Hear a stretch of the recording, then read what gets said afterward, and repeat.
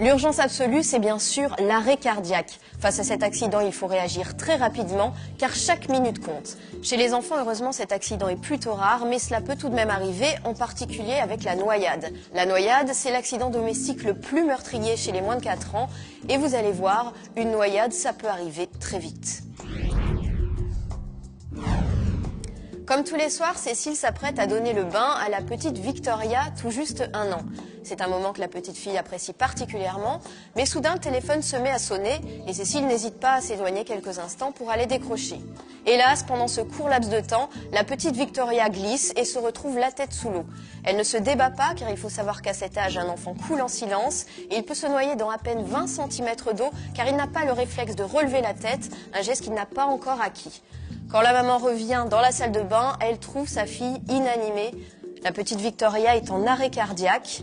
Heureusement pour elle, sa maman connaît les gestes qui sauvent et elle va aussitôt pratiquer un massage cardiaque et un bouche à bouche. Les gestes ne sont pas parfaits, mais ils vont quand même permettre à la petite fille de garder la vie sauve. Et maintenant, vous aussi, comme la maman de Victoria, vous allez pouvoir apprendre à réagir face à un arrêt cardiaque. Soyez attentifs. Le nourrisson est inconscient. Il ne crie pas et ne réagit pas quand vous lui parlez. Assurez immédiatement la liberté des voies aériennes. Ramenez doucement la tête de l'enfant en position neutre pour qu'elle ne soit pas basculée en arrière et élevez son menton. Vous ne sentez pas son souffle et aucun bruit n'est perceptible. Ni son ventre ni sa poitrine ne se soulèvent. Il ne respire pas. Demandez immédiatement que l'on prévienne le SAMU ou les pompiers. Si vous êtes seul, ne quittez surtout pas le bébé pour aller alerter les secours. La priorité, c'est de ramener rapidement de l'oxygène au cerveau de l'enfant. Pour réoxygéner le nourrisson, il faut commencer par 5 insufflations. Ensuite, vous allez entamer 5 cycles composés chacun de 30 compressions thoraciques, suivis de 2 insufflations. Ce n'est qu'après avoir réalisé ces 5 cycles, soit environ pendant 2 minutes, que vous irez prévenir les secours.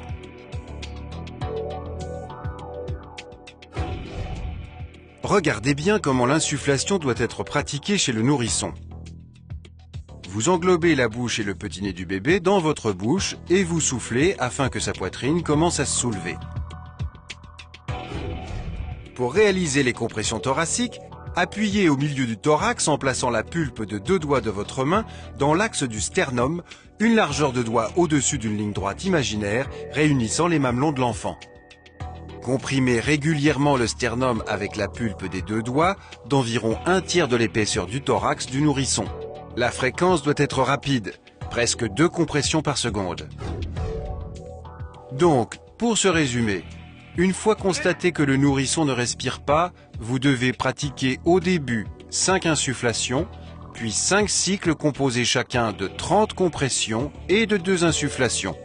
Ensuite, vous prévenez les secours, puis vous reprenez ce même cycle jusqu'à leur arrivée.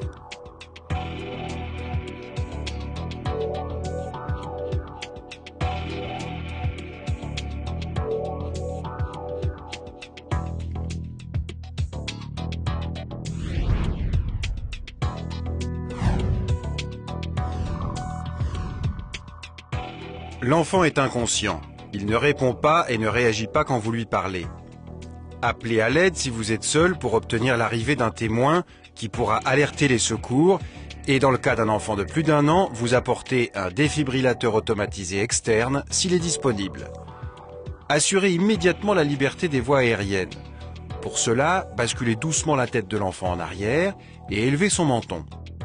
Vous ne sentez pas son souffle et aucun bruit n'est entendu, ni son ventre ni sa poitrine ne se soulèvent, il ne respire pas. Si vous êtes seul, ne quittez surtout pas l'enfant pour aller alerter les secours. La priorité, c'est de ramener rapidement de l'oxygène à son cerveau. Pour réoxygéner l'enfant, il faut commencer par 5 insufflations. Ensuite, vous allez entamer 5 cycles composés chacun de 30 compressions thoraciques, suivi de 2 insufflations. Ce n'est qu'après avoir réalisé ces 5 cycles, soit environ pendant 2 minutes, que vous irez prévenir les secours. Pour réaliser les compressions thoraciques, regardez bien comment faire. Placez le talon de votre main au milieu du thorax, immédiatement en dessous d'une ligne droite imaginaire réunissant les mamelons de l'enfant et relevez les doigts pour ne pas appuyer sur les côtes. Placez-vous bien au-dessus de l'enfant, à la verticale de sa poitrine et bras tendus. Réalisez les compressions thoraciques à une ou deux mains en fonction de votre force physique et de la taille de la poitrine de l'enfant. Comprimez régulièrement le sternum d'environ un tiers de l'épaisseur du thorax. Poursuivez les compressions thoraciques, 2 par seconde, et cela jusqu'à l'arrivée des secours. Vous allez maintenant apprendre à pratiquer une insufflation. Avec la main placée sur le front de l'enfant et tout en maintenant sa tête en arrière, vous obstruez le nez en le pinçant entre le pouce et l'index pour empêcher toute fuite d'air. Avec la main placée sous le menton de l'enfant, ouvrez légèrement sa bouche tout en maintenant son menton soulevé. Appliquez fermement votre bouche largement ouverte autour de celle de l'enfant, puis soufflez progressivement. Vous devez voir la poitrine de l'enfant commencer à se soulever. La durée de l'insufflation est de 1 seconde environ. Donc, pour se résumer, une fois constaté que l'enfant ne respire pas, vous devez pratiquer au début 5 insufflations, puis 5 cycles composés chacun de 30 compressions et de 2 insufflations. Ensuite, vous prévenez le SAMU Centre 15, puis vous reprenez ce même cycle jusqu'à l'arrivée des secours ou la mise en œuvre d'un défibrillateur.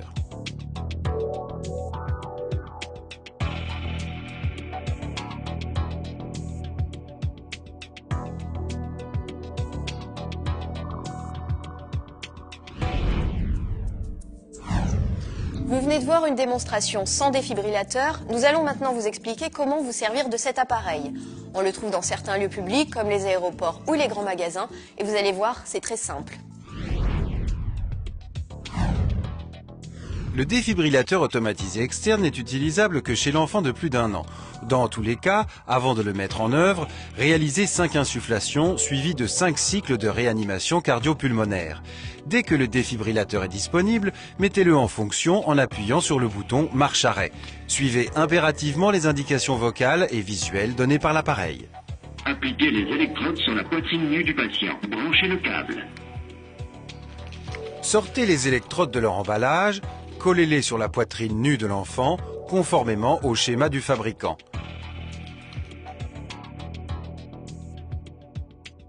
Le plus souvent chez le petit enfant, une électrode doit être placée au milieu du dos et l'autre devant, au milieu du thorax. Connectez ensuite les électrodes pédiatriques ou pour certains modèles de défibrillateurs, un adaptateur pédiatrique à votre disposition dans l'appareil. Une fois connecté, le défibrillateur effectue une analyse du rythme cardiaque et demande de ne pas toucher l'enfant. Analyse du rythme cardiaque. Ne touchez pas le patient.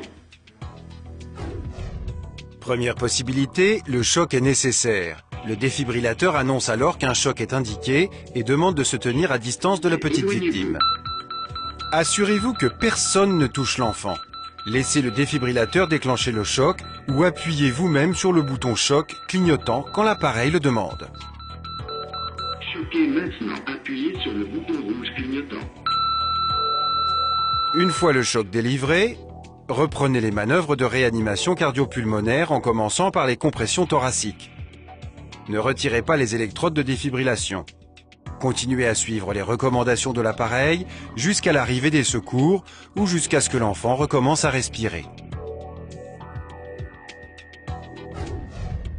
Deuxième possibilité, le choc n'est pas nécessaire. Le défibrillateur propose alors de réaliser les manœuvres de réanimation cardio-pulmonaire. Reprenez immédiatement ces manœuvres en commençant par les compressions thoraciques et ne retirez pas les électrodes de défibrillation. Continuez tout en suivant les recommandations du défibrillateur jusqu'à l'arrivée des secours ou jusqu'à ce que l'enfant recommence à respirer. Le défibrillateur automatisé externe doit rester allumé et en place jusqu'à l'arrivée des secours. Et pour éviter d'en arriver là, ne relâchez jamais votre vigilance. Les sièges de bain, les transats ne protègent en rien votre enfant. L'idéal étant de choisir une baignoire adaptée jusqu'à ce qu'il sache marcher. Faites aussi bien attention aux produits moussants, ils peuvent rendre la baignoire glissante et présentent un vrai risque d'asphyxie. De manière générale, tous les points d'eau à l'extérieur, comme une piscine, peuvent être dangereux. Pensez donc à sécuriser ces zones et apprenez très tôt à votre enfant les risques encourus. En résumé, vous ne devez jamais laisser seul votre enfant près d'un point d'eau sans surveillance. Massage cardiaque, bouche à bouche, bouche à nez, ces gestes doivent devenir pour vous un véritable réflexe. En cas d'urgence, il ne faut pas perdre de temps, alors entraînez-vous.